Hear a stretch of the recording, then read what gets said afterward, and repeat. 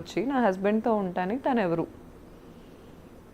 ఇక్కడ మనం లాజికల్గా మాట్లాడాల్సింది ఏంటంటే చాలామంది ప్రశ్నిస్తూ ఉంటారు తప్పు ఏంటి ఆడ మగ మధ్య స్నేహం ఉండకూడదని.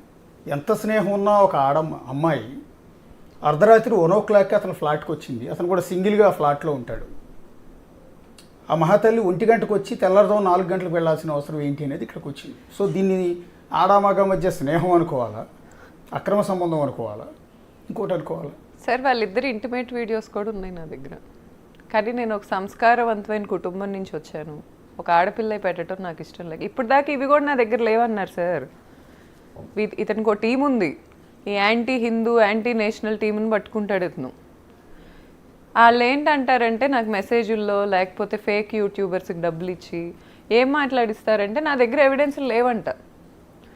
అతని తలకొరివి అతనే పెట్టుకుంటున్నట్టు నా దగ్గర ఉన్నాయి, నేను వదలట్లా. ఎందుకంటే అతని మీద ఒకప్పుడు ఉన్న ప్రేమ మీద రెస్పెక్ట్ అనుకోండి, లేకపోతే ఆ అమ్మాయి కూడా ఒక కుటుంబానికి చెందిన ఆడది కదా, ఎందుకు చేయటం అనే పాయింట్లో నేను వదలట్లా. కానీ వీళ్ళకి ఆగదు అది.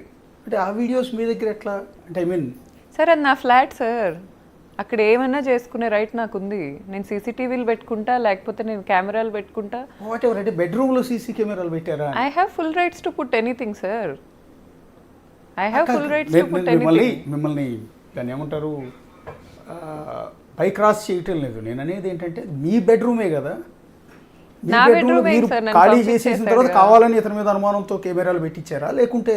సార్ యాక్చువల్గా నన్ను అతను January 9th 12th నేను ఆ ఫ్లాట్లోంచి బయటకు వచ్చేసా. ఓకే. తర్వాత నేను 2 days హాస్పిటలైజ్ అయ్యా వీళ్ళ అరాచకాలన్నీ తెలిసి, ప్యానిక్ అటాక్స్కి గురయ్యి. తర్వాత అతనే నాకు ఒక ఇల్లు ఎతికి నన్ను బయటికి పంపించాడు. ఓకే. ఆ ఇల్లు అతనే ఎతికి పెట్టాడు, పంపించాడు. కానీ నేను వెళ్ళిపోయాక నాకు విడాకులు ఇవ్వట్లా. మళ్ళీ కలిసి ఉంటాను అని వచ్చి చెప్తాడేమో అనే హోప్ ప్రతి ఆడదానికి ఉంటుంది. సో అసలు అతను ఏం చేస్తున్నాడో తెలుసుకోవాలి కదండి సార్. అది బయట పెట్టే ఉద్దేశం కాదు. అట్లీస్ట్ అతను ఏం చేస్తున్నాడో తెలుసుకోవాలి కదా. ఇప్పుడు ఈ ఋతు అనే అమ్మాయితో నన్ను మాట్లాడిచ్చాడు. నాకు ఒకరోజు ఏం చెప్పాడు, ఇలాంటి అమ్మాయిలందరితో నన్ను తిట్టిస్తా కొట్టిస్తా అని చెప్పాడు. ఇప్పుడు వీళ్ళ అతని దగ్గరికి ఎందుకు వస్తున్నారో ఆ అమ్మాయిని అడగాలి, అతను ఎందుకు పిలుస్తున్నాడో అతను అడగాలి.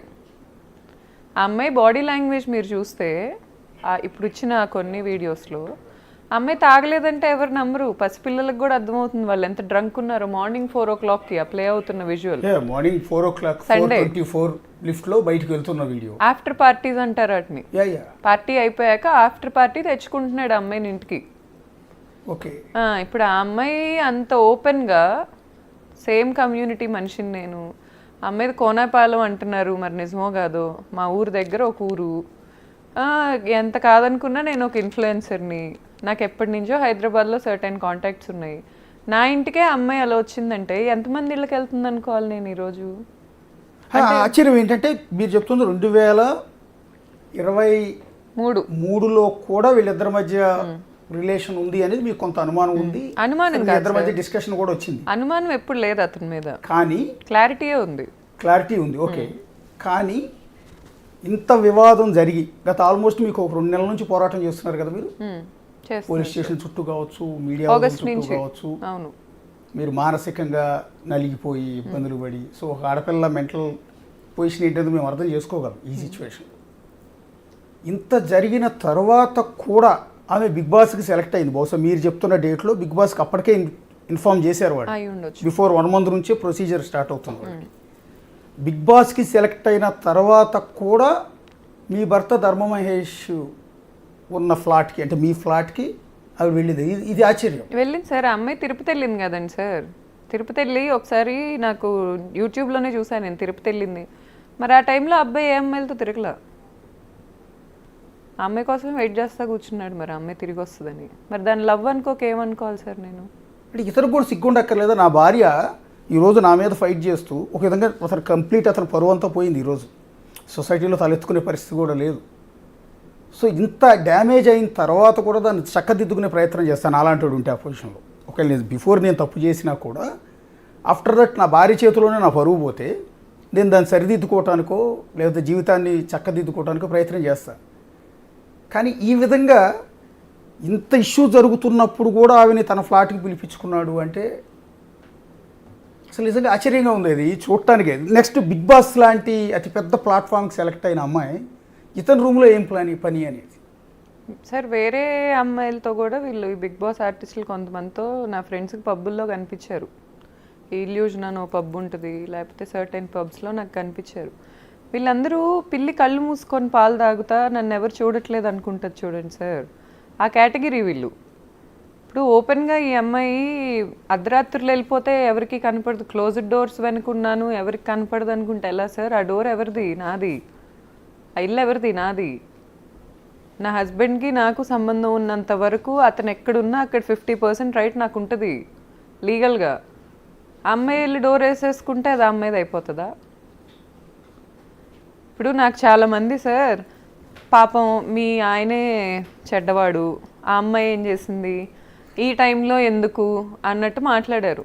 నేను సింగిల్ క్వశ్చన్ అడుగుతా వాళ్ళందరినీ, నా పర్సెప్షన్లో వదిలేయండి. మీ అందరూ మాట్లాడే వాళ్ళందరికీ ఆడోళ్ళు చీపు. మాట్లాడే వాళ్ళకి, మాట్లాడని వాళ్ళ గురించి నేను మాట్లాడట్లా. మాట్లాడే వాళ్ళందరికీ ఇప్పుడు ఒక అమ్మాయి ఇంత గోత్రు అవుతుంది అనేది మీకు చీపు. చైనా ఎంత పెద్ద దేశం, ఇప్పుడు ఇండియా పెద్ద దేశం, కొరియా డెవలప్ అవుతున్న దేశం. ఒక్కసారి ఆ సిటీస్లో బిల్డింగ్స్ ఎలా ఉంటాయి, స్ట్రీట్స్ ఎలా ఉంటాయి అనేది వీడియోలు పెట్టుకొని చూడమనండి వీళ్ళని యూట్యూబ్లో. ఎంత డెవలప్డ్ ఉన్నాయి. ఎందుకున్నాయి అంటే మీలాగా ఇంత చండాలంగా ఆలోచించక కూర్చొని ఒక అమ్మాయి ఓపెన్గా నా ఇంటికి నా పర్మిషన్ లేకుండా వెళ్ళి నా హస్బెండ్తో ఉంటుంటే వీళ్ళందరికీ ఆ అమ్మాయి మీద జాలేస్తుంది చూడండి. అక్కడే ఇంకేం డెవలప్ అయిద్దండి ఈ దేశం? నాకు అర్థం కాదు. మినిమం కామన్ సెన్స్ ఉండదా? నాకు చిరాకు వస్తుంది, ఎందుకంటే ఇంకా మేము ఇద్దరం విడిపోలే. సరే ఆ అబ్బాయికి సిగ్గులేదు, నేను డినై చేయను, లేకపోతే నన్ను నాకంత ముద్దుగా ఒక బిడ్డ ఉన్నాడు మమ్మల్ని వదిలేయాల్సిన అవసరం అతనికి లేదు. ఈ అమ్మాయికి నేను తెలుసు కదండి సార్. నా క్వశ్చన్ ఇక్కడ ఒక ఉమెన్హుడ్గా నేను అడుగుతున్నా, ఒక ఉమెన్హుడ్ని నేను రిప్రజెంట్ చేస్తా. ఎంతమంది ఉమెన్కి ఆ అమ్మాయి మీద జాలుందో నాకు తెలీదు, కానీ నేను ఇక్కడ ఒక ఉమెన్హుడ్ని రిప్రజెంట్ చేస్తా అడుగుతున్నాను. పెళ్ళాం ఊరు వెళ్తే సినిమాలో లాగా ఈ అమ్మాయి నా ఫ్లాట్లో దూరింది. ఎంతమంది ఫ్లాట్స్లో వీళ్ళు దూరుతున్నారు? అసలు ఈ అమ్మాయి సర్కిల్ ఏంటి? ఈ అమ్మాయి కాల్ డేటా తీయండి. ఎంతమంది షుగర్ డాడీస్ ఉన్నారు ఈ అమ్మాయికి? ఎంతమంది అబ్బాయిలు డబ్బులు కొల్లగొడుతుంది? ఇవన్నీ బయటికి తీయండి. అసలు ఈ అమ్మాయి వెనకెవరున్నారు? ఆన్సర్ ఇవ్వండి నాకు. ఇది పెద్ద సిటీ సార్ హైదరాబాద్ అనేది, వెరీ వెల్ డెవలప్డ్ సిటీ. నాకు ఇండియాలో ఢిల్లీ వెళ్ళినా ఈ ఫీల్ రాదు. ఇప్పుడు ఆ నిలోఫర్ కెఫే ఏరియా దగ్గర నించుంటే ఒక ఫారిన్లో ఉన్నట్టు ఉంటుంది. అంత డెవలప్డ్ సిటీ మంది. అలాంటి సిటీలో ఇంత ఓపెన్గా వీళ్ళు నేను ఒక ఇన్ఫ్లుయెన్సర్ని, నేను వాయిస్ చేయగలను అని తెలిసి కూడా ఈ అమ్మాయిలు ఇలాంటి పనులు చేస్తున్నారు అంటే వీళ్ళు వాయిస్ లేని ఇళ్లల్లో ఏం చేస్తున్నారు?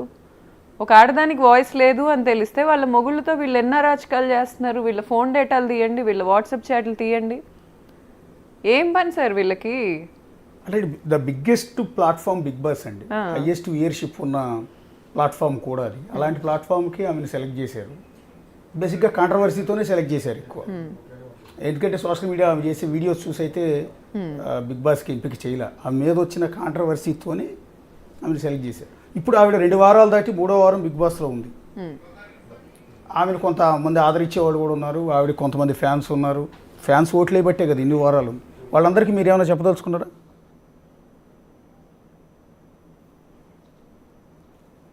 అంటే ఆవిడ ఫ్యాన్స్కి నేను ఒకసారి రీతూ చౌదరి గురించి మనం డిస్కస్ చేస్తున్నాం. రీతూ చౌదరి అంటే మాకేం కోపం లేదు, రీతూ చౌదరి అంటే అగైనెస్ట్ కూడా కాదు. వరుసగా 2 కాంట్రవర్సీల్లో ఆవిడ బిగ్ టీవీ వేదికగా ఆవిడ గురించి డిస్కస్ చేస్తుంది. ఒకటి బిగ్ బాస్ బయట ఉన్నప్పుడు బిగ్ టీవీలో డిస్కస్ జరిగింది. బిగ్ బాస్ లోపలికి వెళ్ళిన తర్వాత మళ్ళీ బిగ్ టీవీలో ఆవిడ గురించి డిస్కషన్ జరుగుతోంది.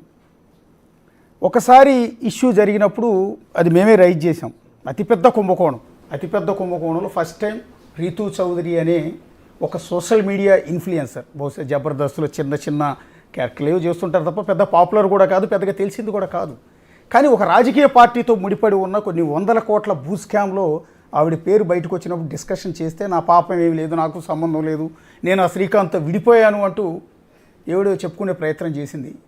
సరే, అదే శ్రీకాంత్ అనే వ్యక్తి పరిగెత్తుకుంటూ స్టూడియోకి వచ్చాడు, ఏదో చెప్పుకునే ప్రయత్నం అతను కూడా చేసేసాడు. నా భార్య అని అంటాడు, మా ఇద్దరికి మధ్య పెళ్ళి అయింది అంటాడు, కానీ అన్ని 100 భూములు ఆవిడ పేరు మీద రిజిస్ట్రేషన్ చేయలేదంటాడు. సో ఆ రోజు మొత్తం డాక్యుమెంట్స్తో సహా తీసి చూపించాము.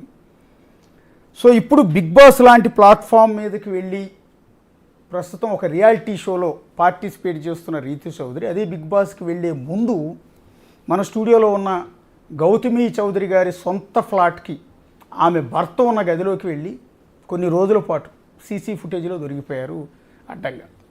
సరే, ఏ అపార్ట్మెంట్కైనా ఎవరైనా వెళ్ళొచ్చు, స్నేహితులు ఉండొచ్చు, బంధువులు ఉండొచ్చు, ఇంకొకళ్ళు ఉండొచ్చు. అర్ధరాత్రి 1 గంట నుంచి తెల్లవారుదాం 4 గంటల వరకు వెళ్తారనేది ఇక్కడ విచిత్రం, విడ్డూరం, ఆసక్తికరం. సో దాని గురించే మనం ఇక్కడ డిస్కస్ చేస్తున్నాం. ఇలా ఒకసారి బిగ్ బాస్ వ్యూయర్స్కి ఏం చెప్తారండి మీరు? బిగ్ టీవీకి కాదు, బిగ్ బాస్ వ్యూయర్స్కి. ఎందుకంటే ఆమె 2 వారాలు కొనసాగింది అంటే చాలామంది ఓట్లేసారు ఆవిడకి. సో నెక్స్ట్ వీక్ కంటిన్యూ అవ్వాలన్న వాళ్ళ ఓట్లే కీలకం. సో ఇలాంటి టైంలో ఆమెకు సంబంధించిన ఈ వీడియో బయటకు వచ్చింది. అది కూడా పర్టికులర్గా మీ కాపురంలో చిచ్చు పెట్టడానికి ఆవిడే కారణమని మీరు చెప్తున్న నేపథ్యంలో మీ బెడ్రూమ్లో స్వయంగా ఆవిడకి సంబంధించిన వీడియోస్ కూడా రికార్డ్ అయిన ఈ సందర్భంలో బిగ్ బాస్ వ్యూయర్స్కి రీతు చౌదరిని ఎంకరేజ్ చేసి ఆదరించి అభిమానించే ప్రేక్షకులకి ఏం చెప్తారు? సార్, మనకి విజయవాడ, మా ఊరు నందిగామ, విజయవాడ నుంచి ఈ స్పేస్కి వెళ్ళిన ఉంది రీసెంట్గా. వాళ్ళ గురించి ఎవరు పట్టించుకోరు. నేనేం చెప్తున్నానంటే వీళ్ళకి ఎండ్ ఆఫ్ ద డే ఏ మనిషికైనా ఈరోజు కావాల్సిన డబ్బు. ఎండ్ ఆఫ్ ద డే కూర్చొని నా బ్యాంక్ బ్యాలెన్స్ ఏంటి, రేపు అప్పులు ఏంటి, ఈఎంఐలు ఏంటి, ఇదే ఆలోచిస్తాడు ప్రతి వ్యక్తి. ఇట్లాంటి వాళ్ళని ఆదరిస్తే అసలు అలాంటి ఎక్స్పెక్ట్ చేయకండి. ఇది ఇప్పుడు మనీ రొటేషన్ ఒకటి ఉంటుంది. రియల్ ఎస్టేట్ అనే బిగ్ థింగ్స్ నుంచి స్టార్ట్ అయ్యి ఇలాంటి చిల్లర పనుల వరకు ఈ రొటేషన్ జరుగుతూ ఉంటుంది మనీ. ఇట్లాంటి వాళ్ళు రొటేట్ చేయకపోవటం వల్ల జరిగే లాస్ అయితే ఏం లేదు. కానీ వీళ్ళు ఏం చేస్తున్నారంటే ఇలాంటి వాళ్ళని పెద్దోళ్ళని చేసి ఇన్ఫ్లుయెన్సర్ అనేవాళ్ళు, షియారా ఫెరెగ్నీ అని ఒక ఉంటుంది, ప్యారిస్కి చెందిన ఒక ఇన్ఫ్లుయెన్సర్. ఆమె షియారా ఫెరెగ్నీ అనే బ్రాండ్ పెట్టి కొన్ని వేల కోట్లు సంపాదిస్తుంది. కెమిలియా కోయెలో అని ఒక ఉంటుంది, స్పెయిన్, కొన్ని వేల కోట్లు. మన హైదరాబాద్లో ఇన్ఫ్లుయెన్సర్స్ గురించి ఎత్తితే బిజినెస్ చేసే ఇన్ఫ్లుయెన్సర్స్ వీళ్ళకి ఎక్కరు. నీట్గా పద్ధతిగా బతికే ఆడపిల్లలు ఎక్కరు. అందం కావాలా, ఈ కాదు కావాల్సింది, ఈ సోది మసాలా. దీనివల్ల మగాళ్ళకి ఖర్చు అవుతుంది, లేకపోతే పెళ్ళాలు లేనప్పుడు కాస్త ఎంటర్టైన్మెంట్ వస్తుంది, కానీ ఒక జాబ్ జనరేట్ అవ్వదు, ఒక ఇండస్ట్రీ రాదు. ఓన్లీ మగాళ్ళే కష్టపడితే దేశం డెవలప్ అయిందంటాం అబద్ధం. ఆడవాళ్ళ కష్టం కూడా ఉంది. కానీ ఆడోళ్ళని ఎండ్ ఆఫ్ ద డే ఇలా హింస పెట్టి ఆడోళ్ళని మీరు ఎంకరేజ్ చేస్తూ ఉంటే మీ పిల్లలకి రేపు జాబ్లు ఉండవు. నేను చెప్పేది లాజిక్లెస్గా అనిపిస్తుంది, ఎందుకంటే కామన్ సెన్స్ లేనోడే అట్లాంటి వాళ్ళు ఫాలో అవుతాడు. చాప్రీస్కి అలాగే అనిపిస్తుంది. నేను చెప్తుంది ఏంటంటే నిజంగా రెవెన్యూ జనరేట్ చేసి 10 మందికి ఉపాధి ఇస్తున్న ఇన్ఫ్లుయెన్సర్స్ని ఆదరించండి. వరల్డ్లో ఇన్ఫ్లుయెన్సర్స్ అలా బతుకుతున్నారు.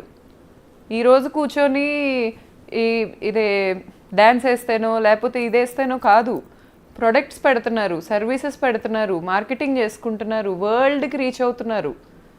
ఇట్లాంటి వాళ్ళని ఆదరించి ఇట్లాంటి వాళ్ళని ఏం చేస్తారంటే వీళ్ళు ఇట్లాంటి వాళ్ళని పెద్దోళ్ళని చేసి దేనికి పనికిరాని వ్యక్తులుగా మిగిలిపోతారు ఫర్ ఎవర్. హైదరాబాద్లో ఎవరో వచ్చి బిజినెస్ పెట్టుకునే పరిస్థితి లేదు. చాలా తెలివైన వాళ్ళందరూ ఇక్కడే ఉన్నారు.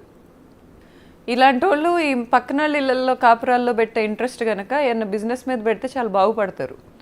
ఈరోజు నేను ఒక వ్యక్తిని ఇంత బిజినెస్ చేసుకుంటున్నాను, లేకపోతే ఎంతో కొంత మా ఫాదర్ చాలా డిగ్నిఫైడ్ ఫ్యామిలీ, ఇలాంటి ఫ్యామిలీ నుంచి నేను వచ్చి ఇక్కడ కూర్చొని మాట్లాడుతున్నానంటే ఈ అమ్మాయి వాళ్ళు వచ్చి మాట్లాడుతున్నా. ఈ అమ్మాయి వెనుక సపోర్ట్ చేస్తున్న వాళ్ళందరూ కూడా ఏమాత్రమైనా సిగ్గుంటే సిగ్గుపడండి, అంతకుమించి నేనేం చెప్పలేను. ఎందుకంటే మీరు ఒక పనికొచ్చే ఇన్ఫ్లుయెన్సర్ని చైనాలో ఈ ఇన్స్టాగ్రామ్ ఇలాంటి యాప్స్ ఇలా పనికొచ్చే వాళ్ళని ఎక్కువ అల్గోరిథం బూస్ట్ చేస్తుంది. కానీ ఇండియాలో చాప్రీస్ని బూస్ట్ చేస్తుంది, ఎందుకంటే ఇలాంటి వాళ్ళు ఫాలో అవటం వల్ల. కేవలం చాప్రీస్నే పైకి తీసుకెళ్తుంది. ఒక ఆడది ముందుకొచ్చి ఇన్ఫ్లుయెన్సర్ వరల్డ్ని వెళ్తున్నారు ఇప్పుడు ఇన్ఫ్లుయెన్సర్స్ అంటే ఇలాంటి ఆడియన్స్ లేక వేరే దేశాల్లో. వీళ్ళకి ఏంటంటే ఎక్కడో ఒక చోట పని చేసుకొని వచ్చాక ఓ అవునా వీడితో ఇది తిరిగిందా, అవునా ఇది ఇలా చేసిందా, ఇదే కావాలి. సర్టెన్ వ్యక్తి ఒక బిజినెస్ పెట్టిందంటే మనకు వద్దు, ఎక్కడున్నారో అక్కడే ఆగిపోతారు సార్. చెప్తున్నా కదా, ఇలాంటి ఆడవాళ్ళని ఆరాధించడం మొదలు పెడితే మనం ఆటవికం నుంచి ఇక్కడికి వచ్చామో, ఇక్కడి నుంచి ఆటవికానికి వెళ్తున్నామో తెలుసుకోవాలి. 2025లో కూర్చొని ఒక లీగల్గా నాకు అగ్రిమెంట్ ఉన్న ఫ్లాట్లోకి ఒక అమ్మాయి ఫేమ్ ఉంది కదా అని దూరుతుంది అంటే నేనేమనుకోవాలి సార్? నా ఇంట్లోకే దూరిందంటే ఎంతమంది ఇళ్లలో దూరింది ఈ అమ్మాయి? దూరలేదని ప్రూవ్ చేయమనండి. అమ్మాయి కాల్ డేటా తీపిచ్చండి, నా దగ్గర ఉంది, నేను తీస్తా కొన్ని రోజుల్లో, కంగారేం లేదు. అంటే టెక్నాలజీ ఎంత అండర్ డెవలప్డ్ అనుకుంటున్నారు సార్ వీళ్ళు? ఇలా ఫోన్లు చూడలేమనుకుంటున్నారా? యా ఒక్కసారి అండి, బేసిక్గా చాలా రోజుల నుంచి నాతో సహా చాలామందికి వచ్చిన డౌట్ ఏంటంటే సినిమా హీరో ధర్మ మహేష్ అంటూ ఉంటే ఈయన సినిమాలో నటించాడు, ఈ సినిమాలో యాక్ట్ చేశాడు, మాకు అర్థం కాలేదు నిజానికి. ఇప్పుడు మీరు వచ్చే ముందు కూడా ఎవరి ధర్మ మహేష్ అనే దాని మీద మేము మా డెస్క్ టీంని ఒకసారి ఆయన ఫోటోలు తీయండి అంటే వాళ్ళు కూడా కన్ఫ్యూజ్ అయ్యారు ఎవరి ధర్మ మహేష్ అని.